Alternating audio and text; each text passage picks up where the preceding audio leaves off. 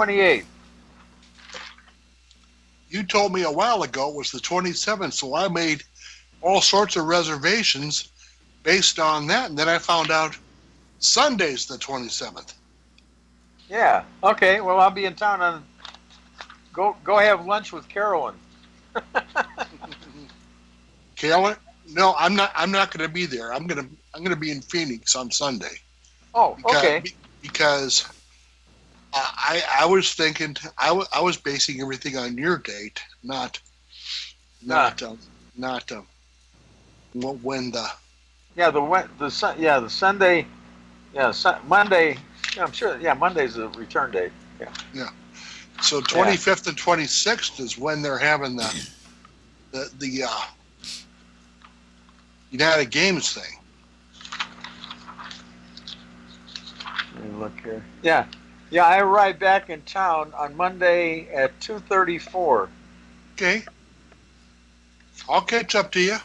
All right. That's about when I'll be getting into town, so. But sounds like a plan. But I fly out the next day, so that'll have to be our date of visit. Okay. What day is that?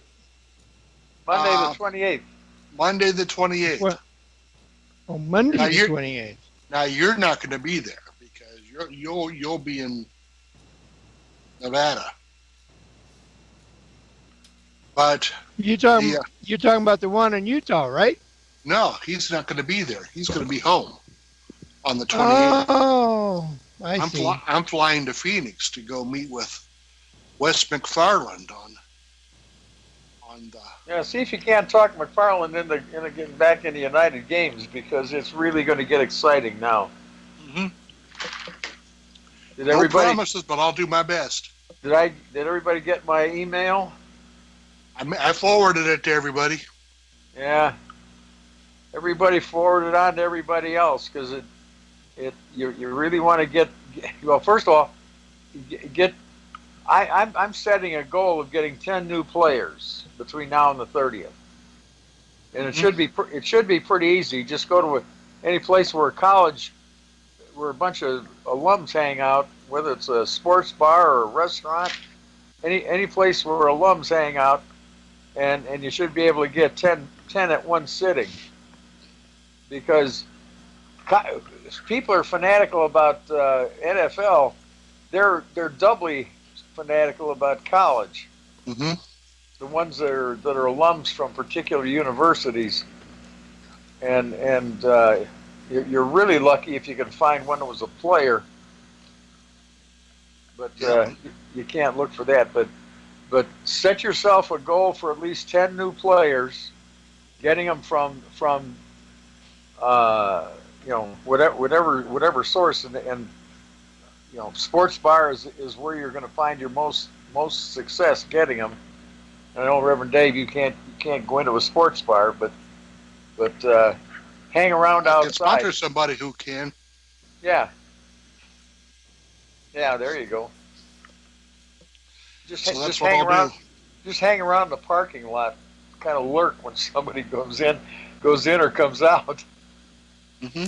I'm not sure what happened here, but while you're on that subject, I just noticed that last week, it may have been week 4 last, that I had overnight 21 new players added to my team.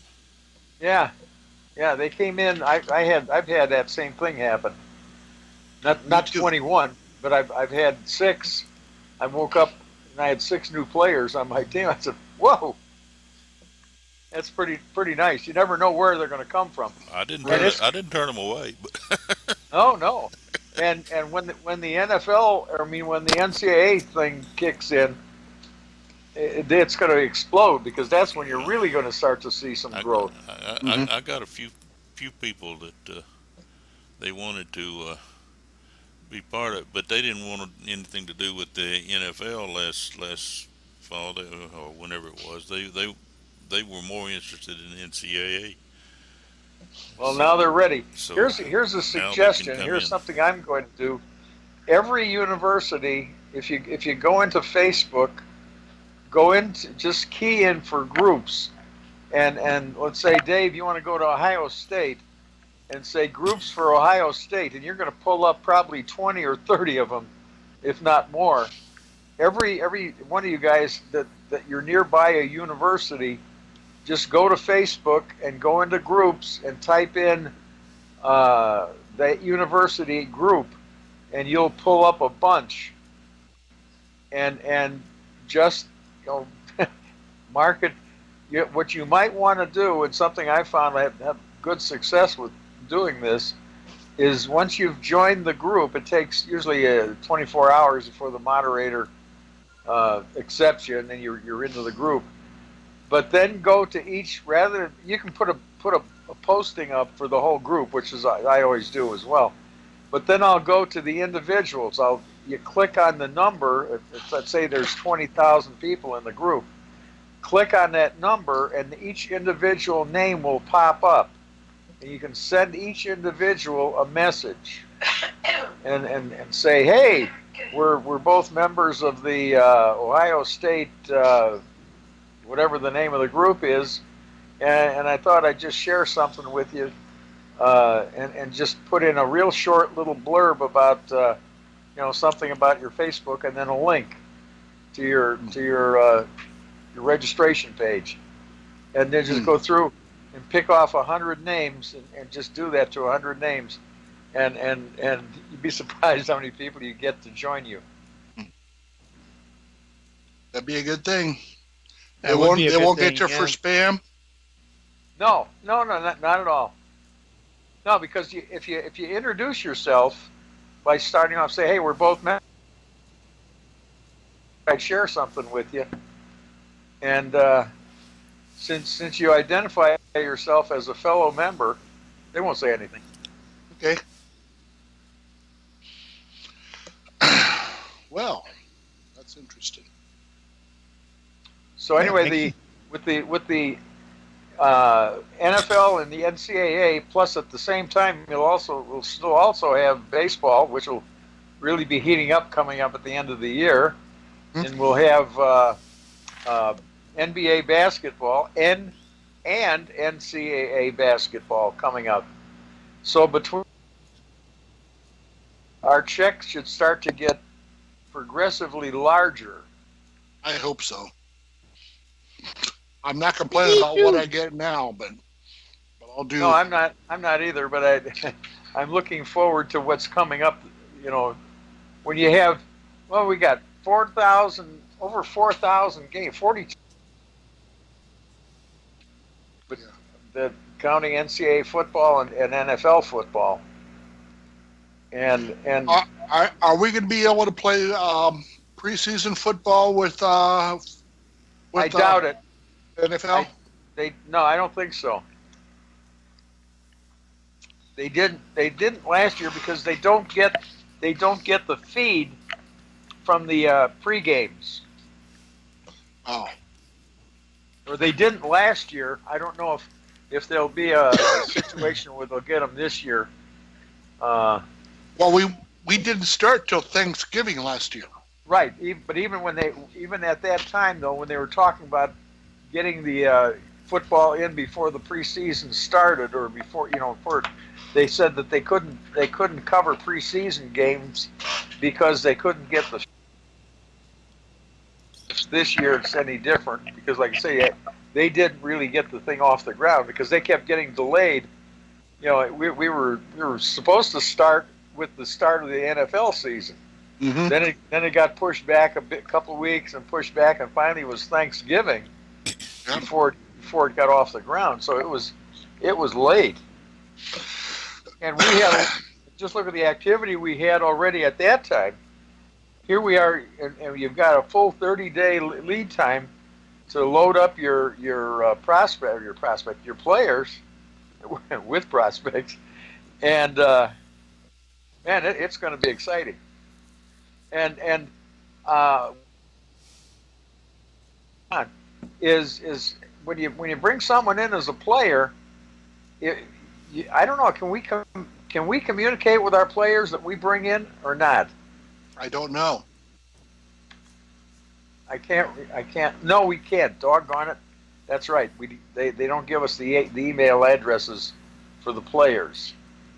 So it's not like we can talk to them and say, hey, here's how you bring other players in.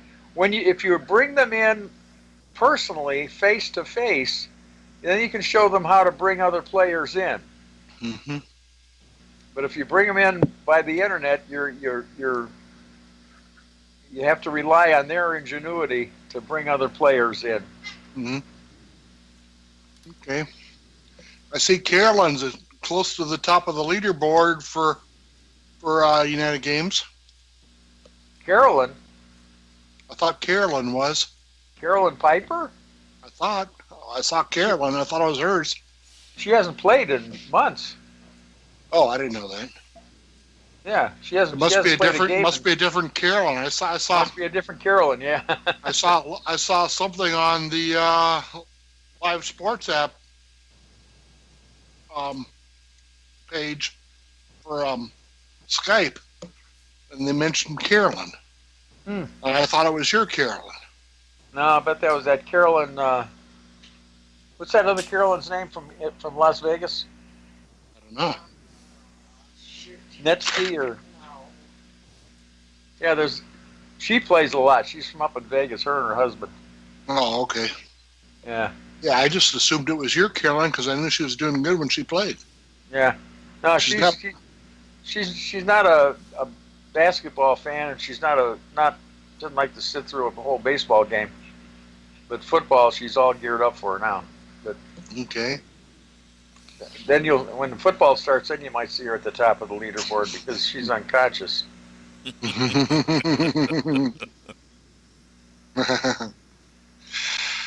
Well, I promised to train on being prepared for your follow-ups. And Wally, I'm glad you're here because I wanted to ask you if you can share with the group any of your scripts, some of your generic scripts on how to talk to people about whatever business you might be in, where you can be exposed to whatever ideas might come your way. You basically have to anticipate questions or have by experience those questions to know what's going to come up. So it's not a long lesson, but it's very important that when you go to call somebody or when you leave a phone invite, eventually they're going to try to get hold of you. Many of them won't, because that's the general nature of the populace these days. A case of apathy. Well, I really don't want to try very hard. Everybody wants the silver platter without doing the work to dig the silver. So that's what's. I won't say everybody because everybody's a strong word. There are exceptions. I got 2 calls this weekend from people, one in California, one in Utah. They saw my ads and they wanted to talk to me. So I was grateful for that. The one guy says, I'm familiar with the psychology that you're using. He says, but you're the first person I ever saw that implemented it. Do you know what I put on my subject line for my ad? No, can anybody guess? I was there. Ugly subject line.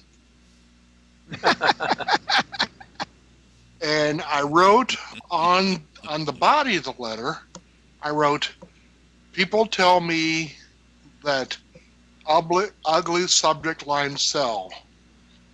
So therefore, our ugly subject lines and ugly URLs sell. So therefore, here's what I came up with. And I posted my URL hyperlinked, and it said, ugly URL.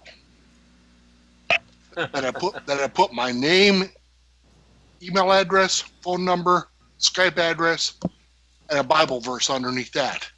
So I figure I covered all my bases. I put my ugly URL and my ugly subject line, but people are responding to it for some reason, like I hope they would, and they're calling me.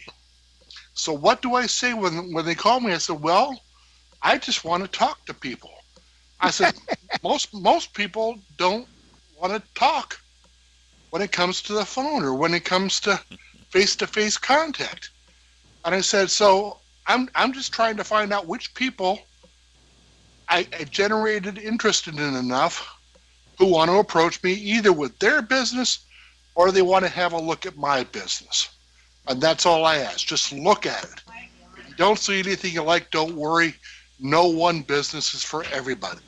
Because let's face it, Wally, not everybody likes sports, but everybody likes money. Yeah. So that's why you need to be prepared with what you're going to say, either by a script or by some sort of a notepad or something mentally that you know what you're going to say no matter what situation comes up. So I wanted to ask Wally. I know you like scripts, Wally, and that you like to the point where you were interrupted. So what else can you tell us about your scripts? Hey, hold on just a second, guys. There's a windstorm developing out here, and they're talking about 60-mile-an-hour winds. I got to go get some stuff in off the patio. I'll be back in about 2 minutes. Keep talking. Okay. I'm going to mute the mic here so I don't blow your way. I'm recording this, right, Wally, so you'll still be able to hear everything. So, Mike, what do you suggest we do when it comes to preparing for a call that will eventually come? I don't know. I agree with you. Preparing would be really, really good. I've always shot from the hip, off the cuff. It just depends on the attitude of people that are calling me and what they're looking for, what they want. My basic goal is to try to find out a little bit about them, and what they do and what they want and what they're looking for and why they're calling me. That's that's the things that I'm looking for, and therefore I usually come back with them with questions. I don't pull my shotgun out and just shoot a bunch of questions at them all at once.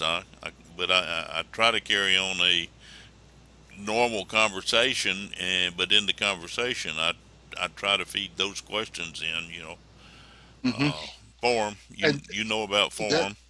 Yeah, we're just going to talk about that we can use form: family, occupation, recreation, and money. So that's good to use all that. Go ahead, Robert. I was going to say, I would think maybe one of the first things that I would ask somebody is, well, I'm glad you gave me a call. Can I? That's and good. At least that starts the conversation, because Robert, well, the guy says he's a trucker. Robert, please say that again, because you hear, at least on my end, you blanked out for a second or two there, and I missed a good part of that. All right, I'm back. I'm sorry. I just said that I usually ask them, since they called me, then I would say, by the way, what do you do for a living? That's true. Did you get that? I got that time. Okay. I'm recording this. Is the reason I asked you to repeat it. Oh, okay. I want to make sure I get it all. Yeah, because once I know, he's a truck driver, and I've drove trucks, so then I can ask him a few questions like, well, wow, do you long haul, short haul? Do you have to work 7 days a week? What kind of job situation you got that you really like? And then my next question might be, how do you like your job? So I can get the feel it is he called me back for, because he called me back for a reason. Yep. Very good. So, yeah, I mean, that would be the way I would attack it, and have attacked it in the past. That's a very good opening line there. So who I'm talking to. And the best way I know to find that out is to find out, number one, what do you do for a living? Very good. Because, if he's a doctor, for example, differently than I would a truck driver. That's true. That's very true. Go ahead, Wally. What do you think? I was just listening to the thoughts as they were coming across. Uh, I do it a little differently, Okay. but everybody's style. I I'll ask somebody, like for instance, are you presently working? And I'll say yeah. And the next thing I'll say was, well, what do you like about what you're doing? And let them tell me what they like about it. And when they finish, they'll say, well, is there anything you don't like about it? In other words, what I'm trying to do is get them. And I said this once before. I always ask open-ended questions. I never ask closed-ended questions, because when they answer, then the conversation is over.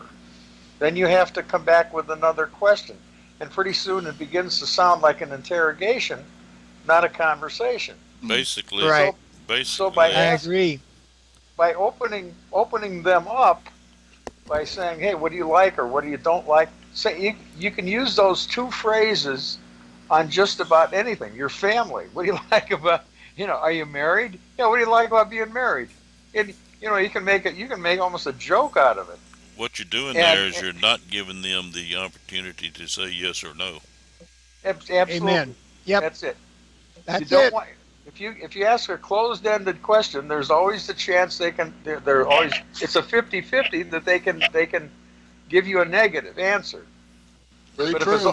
if it's an open-ended question, they can't. I mean, there's no right or wrong. It's whatever they feel, and you can make a conversation out of it. And I've always tried to make the calls conversational, not business. Absolutely. It's business, but it's conversational business. And again, if you go into it that you're going to business contact, you'll have a much better results too. Exactly. People, like I've said before, people join people. They don't join businesses. If they like you, they'll join you. That's true. Well, that seems to be the bottom line, which I think a lot of people don't realize, that this is a people business. I'm not selling balloons or going to a game. I'm selling relationships with people that I want to get to know. And so it's a relationship business. Relationship Absolutely. Marketing. That's what business we're in. No matter what business you're pushing, it's still in this type of marketing. We're all relationship marketing. Very good. And then some of us, I think about myself and all the things that I've learned over the years. If I were to take you back, say, 40 years when I was in my 20s, in reference to relationship marketing, I probably wouldn't know how to talk to a donut, let alone a human being. I was just one of these people that was totally lost and confused. And through Dale Carnegie and some of the great books that I've read over the years, I began to learn that some of this had to actually be a learning process, because in the real world, I really didn't know. And very rarely do I want to get into, my family background, but hey, I was an only child. I didn't have no brothers to talk to, no sisters to talk to. You know what I'm saying? I didn't even have anybody to fight with.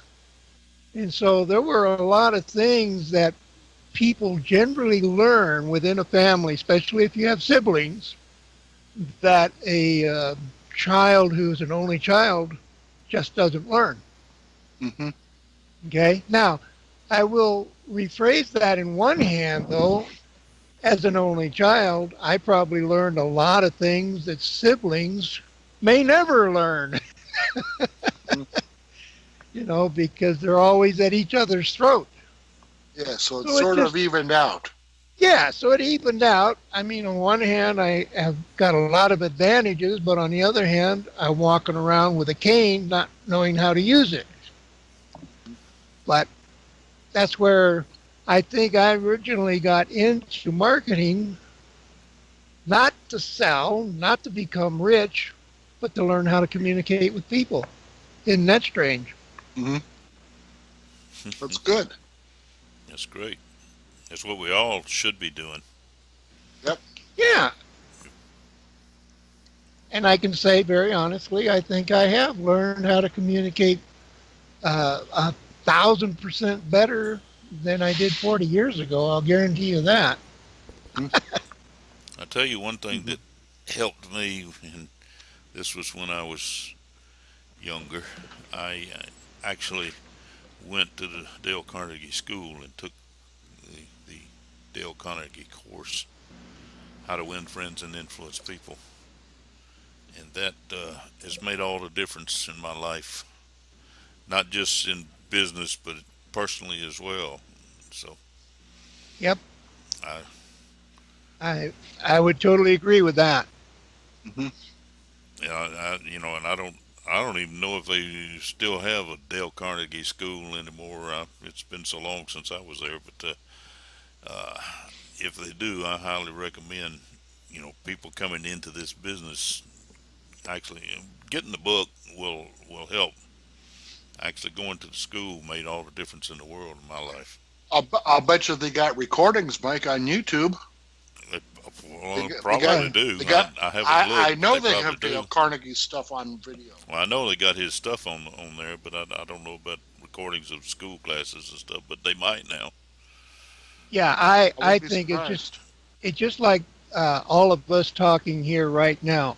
Sometimes reading a book is not the same as being able to talk to another human being, Yep. get feedback, get ideas, toss it around, kick it around. That's the In a reason book, for these calls. yeah, in a Mm-hmm. book you can get, I guess we call the basic idea. But until you go out and talk to somebody and stumble and fall and make a fool out of yourself, you're not really going to get the tools that you need to learn how to do it properly. Yeah, you can go back and read the book, but until you take the book and set it down and go out to talk to somebody, and literally, I don't mean to be sound derogatory, but until you go out and screw up a few times, Put it you're in, not going to know how to do it. go out and put it in practice. Yep. Mm-hmm. That's basically what the school allowed us to do, was put it in practice. Put it in practice.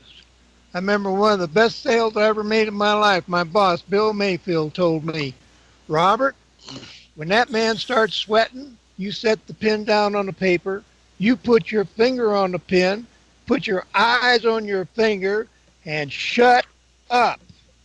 I sat there for 3.5 minutes, and it felt like it was 3.5 years. Because what do you do when you just don't talk? But he taught me something. I had to get that individual to get through that stage of paranoia to make that decision that he pick up that pen and he wanted that program. Sometimes you get to the point where your prospect you're talking to there has to be the one to say the next things, open his mouth next, and you just need to be quiet and listen. That really puts Yeah. pressure on them. Yeah. The silence is so loud, it gets deafening, and the first one that talks loses. Amen to that. Or Yep. depending on how you Or look at wins, it, maybe depending on wins. your. It might be a win, depending on how you look at it. Yeah.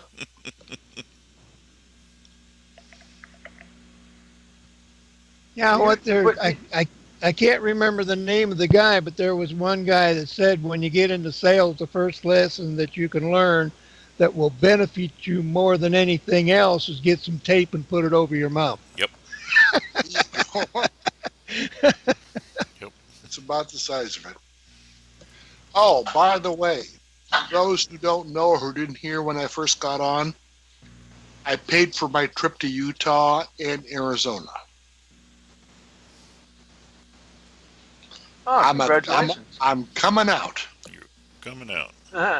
Out of the closet because I'm not that way, but There's Mr. David. hello, David. David is probably At your leisure after Mike posted to the room. okay. I notice you're not using your phone to. Yeah, it does. Yeah, That's because it's not as cloudy and stormy. Oh, that's good. I saw you guys got messed with big time by a tropical depression. Yeah, we got a lot of rain. Hmm. Excuse me. Did you get blown away, or are you still there? No, I'm still here. I'm still planted firm and I'm vertical. Okay, Planet Amen. that's Farm and good. Vertical. Very good. So, David, do you have anything to add about what follow-up techniques you use? We were talking about keep using open-ended questions and not questions that can be answered with yes or no, or questions that are geared to start a conversation with and keep going. Well, I And then had you a sign up. relationship marketing and all that stuff. Go I ahead. had a guy. I had a guy sign up today off a text message. Very good. So, Excellent. but I just, Talento. I'm a rookie at sign. The phone thing. Hmm. I do the best I can and listen to them mostly, and then try to answer their questions. And Hmm. if I can't find an answer, I go find it for them. There you go. That's important too, guys, because if people have questions and we don't know the answer, we can't literally try to BS them. We'll make them think that we know more than we do. We just say, "Hey, I don't know the answer to that question, but I can find somebody who does." So make sure you use all your resources. If you don't know the answer to a question, definitely don't lie. Don't try to beat around the bush and come up with a connived answer. I'm not one of those that fakes it until I make it. There you go. Oh, So, Well, not anymore. Wally, what can you tell us about your scripts that you use for that follow up? One that of was the a thing, one of the things that I do is I subscribe to the company it's a lead program, but it's so much more than that. It's something called MLM Recruit on Demand. And when I'm calling someone, when I sit down and make some calls, I may go to their list of leads, and I'll just start dialing. And one of the whether I'm using their leads or anyplace else, I get to the question of you know um, are you presently, we get into the conversation about are they presently working with another company. Like, for instance, I'll ask them something and they'll say, no, I'm presently working with another company, and then we'll get into it. What do you like most about it? What do you like least about it? And then I'll say, by the way, and of course this is all on my script. I'll say, oh, okay, no problem. Listen, please understand, I'm not calling to try and switch you out of your primary business, but do you mind if I ask you a couple of questions? And I promise I'll be brief. And again, I'll say, by the way, what company was that you're with? I want to make sure that I have it correct. And he'll give me the name of the company, and then I go right through it, and I'll say, well, let me ask. I'm not sure where you're at with your business right now, but if I had people with network marketing experience that might be open to looking at your business, are you in a position right now to work with new people? And 100% of the times they'll say yes. When I've ever gotten to that point in the conversation, I've never ever had anybody say, no, I don't need any more new people.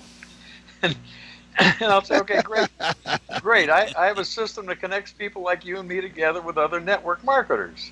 Now, Dave, if I promise to send you an email describing the features of the system, will you promise to set aside some time to watch it? Yes. And I'll say, okay, for your email address I have, and of course I already have their email address, so I'm using MLM. And I'll say, is that correct? And they'll say, yeah, or they'll say, what is your favorite email address? Either way, I get their email address. Now it's going to take about 15 minutes or so to go over the material that I'm sending you. So if I send it you have a chance to look at it. And again, I don't move on until he tells me when he can look at it. Because there's a psychology there. I'll say, okay, great. Just to save some time for both of us, may I make a suggestion? And say, yeah. Okay, assuming that my system aligns well with you, so let's set up a firm time for us to connect again and see if we have a potential fit, okay? Yeah, that's fine. Well, if there's no interest on your side, just reply back to my email, let me know, and that way we wouldn't have to waste each other's time by keeping the appointment. Fair enough? Yeah, that's fine. By the way, what time zone are you in? Eastern? All right. No, our day or evening appointments. So, and I go through the process of setting up the appointment. But what I do, if the person is interested, they're going to spend $20, and I'm going to system that's going to give them an opportunity to generate hundreds and hundreds and thousands of leads. Now, the leads may be good, may be bad, doesn't really make any difference. But when I bring new people in on the MLM side of my career side, I always have them subscribe to that, because what it does, when they're working the phone, they're practicing. They're getting used to making phone calls. And I teach them the same thing. I give them a teleprompter on their computer and all the stuff. And I've got a package made up for each, for the affiliates, for each business. And they just plug into that system and the scripts are, it takes you right down through the final, even to the email, what emails you're gonna send out to them, and all they do is just copy it, slap it in their email or whatever they're gonna do with it, and boom, the information for the appointment is already on the email. They just plug in the correct time, and then they just mark there on their calendar. But it's each email is a complete package right from the get-go. And so, like I say, it's for the benefit that you get out of MLM Recruit on.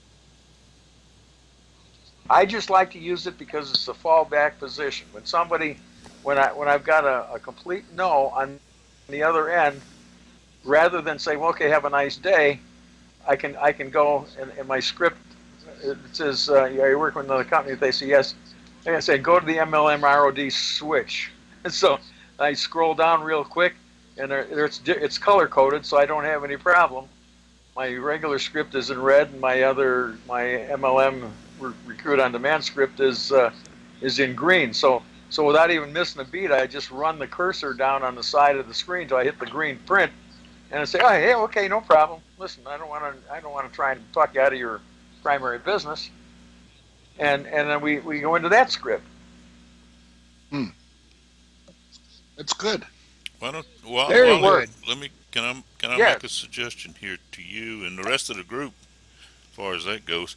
Do you have a URL or a email or some way that people can contact you about that?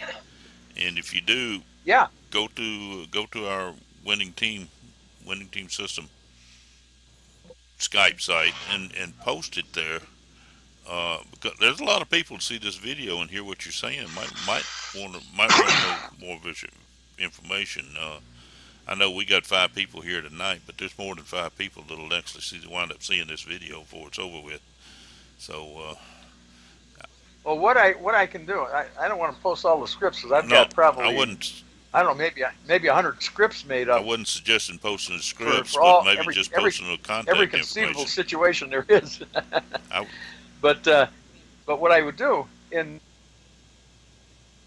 Dave, Bob, whoever Robert wants a script, I can make up a pack. In fact, I think didn't I send some to you, David? Yep. Yeah. Yeah. That's what I was just suggesting, is not posting the scripts, but just posting contact information where people can actually contact you directly and request it if they want it. Yeah. That's what the winning team's about. Yeah. About helping each other out. Helping each other. That's why we're all here. We don't say somebody's got to be a particular program or something like that to be part of the winning team. The winning team is to help everyone build this industry. This is a great industry, and it's taken some, pretty bad hits from people, saying, "Oh, I tried that and it didn't work." So what we want to do is teach people it does work, and we want to be able to bring people together to learn from each other, and that's what it's all about. Yeah, the content in these scripts, by the way, it's not. It's I put it together, but I didn't do it unilaterally. I had help. Yeah, I of had course. Mark Januszewski Yep. gave me just a whole ton of help putting these scripts together, and then Dale Calvert, uh, he helped me. He dug up a bunch of stuff that he used back when he was still in the business before he went into training. Pick his brain. So there's each of these scripts is made up with based on some pretty sound, successful people using essentially the same scripts or the same words, but I've adapted it, and I'm not saying that when you get the scripts that you have to follow them precisely, but the way they're put together, it's done for a psychological reason, and there's the information flows in a certain people's brain. Mark Januszewski is big on talking to the subconscious mind, Okay. and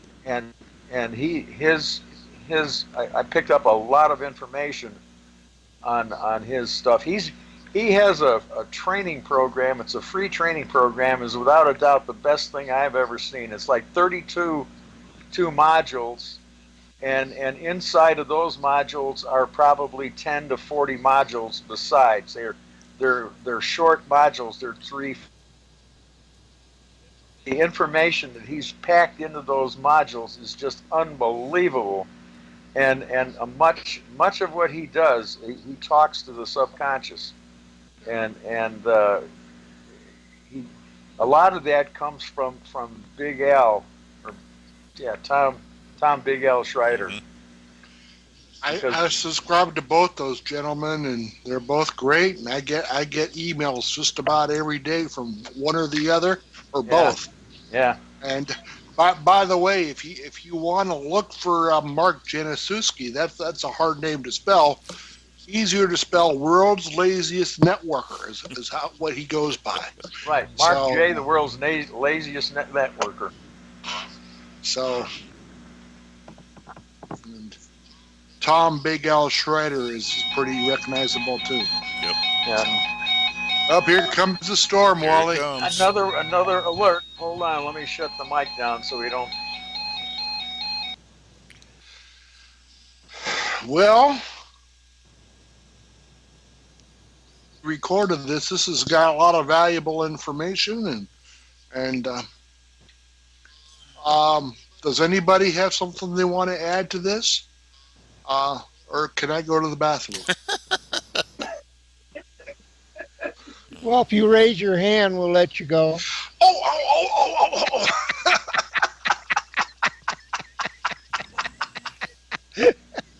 Robert, you still planning on coming to Salt Lake City? Yeah, what day is that?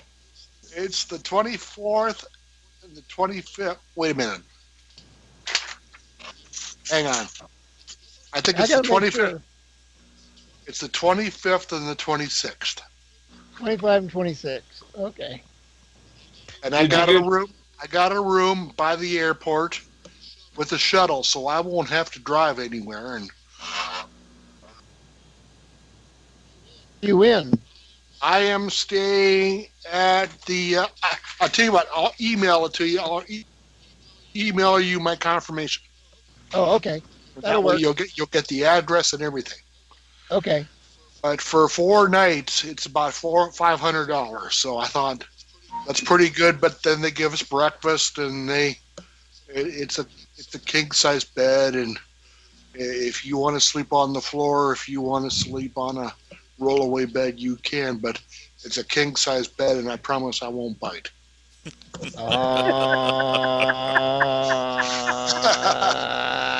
Let me think about that. Yeah. Of course, if you bring anybody in the room with you, I might have to kick you both out. Uh-huh. Yeah. Can I bring some candy? Yeah, what's up, David? Did you find out about the concierge service? Yes, it was. There's a phone number right underneath where it says "Plan your next vacation" or something like that. There's a phone number. That's where the concierge is. It's a phone number. All right. But it's on the front page of the benefits. Okay. Yep. Robert told me where it was. Yep. Can't miss it. And Once you know where it's at. I got a beautiful girl, and I would love to meet her. She had such a beautiful voice and such a sweet temperament because originally I told her I wanted to go out on the 23rd, thinking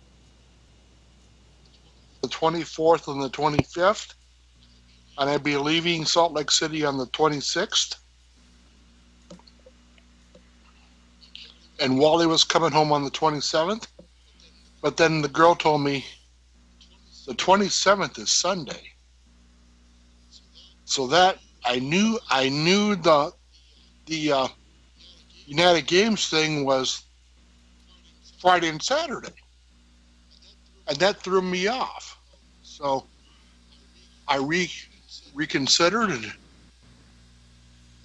arranged my things, my reservations accordingly. And I got off for less than $900 for the whole trip, so I'm happy with that. Cool. So I'm taking one for the team, Wally. I expect a lot of consideration when you comes to handing out gifts. Yeah. Remember who's going to go there and take copious notes. Yeah. Lots of notes, guys. Lots of notes. So Hey, who's got the league tonight? Today is Tuesday. Yeah. It's Vic. Vic. Oh, okay. I haven't been joining, I admit. I keep forgetting about Fire fan. Baseball season is so dang long, it's hard to remember. Yeah. Yeah, this must be the game he's in. There's 5 players in there. You know, I've noticed something on the games when you go in. Many times they'll have like 5 or 6 players, and only 2 names will show up in the leaderboard, even though everybody's playing and everybody has points. So I don't know if it's just my phone or if it's everybody's. No, I think what it is, Wally, if they don't make their pregame picks, like Reverend Dave, if he doesn't make his pregame picks and he shows up in the game, that's the reason, I think. Yeah. Hey, you may be right. You may be right. I'm committing to the game. I spend my 6 tokens or whatever it is. Uh-huh. But I'm not making my pregame picks because you can't do that until 2 hours before the game starts. And I forget, and I'm not really interested in a lot of the games. I do too. That's exactly the same problem I have. That's why baseball is not the super thing that you think it would be. This thing is so geared to football that it's such a natural. I don't know how it's going to be with soccer. We're going to find out here pretty quick. Yeah. Baseball and basketball both suffer from the same thing. They play every day. Yeah. And So, a lot of people don't so want when to play does every football day. actually start? Yeah, you get into doing other things. You've got other things in your life that you're doing. Right. Yeah, well, with us here in northeastern Ohio, we play 1 game a week, and we cry the rest of the week. Yeah. Well, I read an article in inbound.org where the article was about apps. They'll do is they'll pick up the app and they'll explore it for 3 or 4 days, and they might not touch it again for 6 months. Mm-hmm. That's the average person. I know I don't use all my apps on my phone. Oh, I don't either. I have my I usuals. try But to delete most of them. I, They get in the way. Okay, I I put haven't my figured out how to delete them. That's I the put my problem. Some of them contact information. I can't delete. I don't know how. I, I put my contact information in the chat. Okay, that's great. okay. That's great. Thanks, Wally. All righty, guys. Anything Well, else? Nope, I gotta go. I do mean that literally. Yeah, me too. I was Is kind of your hoping teeth to floating, say that. Reverend Dave? I've been drinking iced tea all night, so now I'm ready to go and Me get too. rid of some of it. I got Hey, Reverend Dave. I got Big Bubba here, and I'm about iced tea'd out. Okay, guys. Thanks, Wally. Thanks for the input. Okay, and if anybody just send me your email address to my email address, and I'll shoot you some stuff over. Sounds good. All righty, good. guys. Sounds Wally. great. Adios from Apache Junction. Good David, evening. did you have something you wanted to ask me? Yeah, I wanted to know if your teeth was floating yet. Yeah, my back teeth are floating. If it gets to the front teeth, I'm going to drown. So I gotta go. Good night, guys. Good night, everyone. Good Thanks for night. recording, Glad Mike. y'all were Take here. care. God bless everybody. Talk to you later.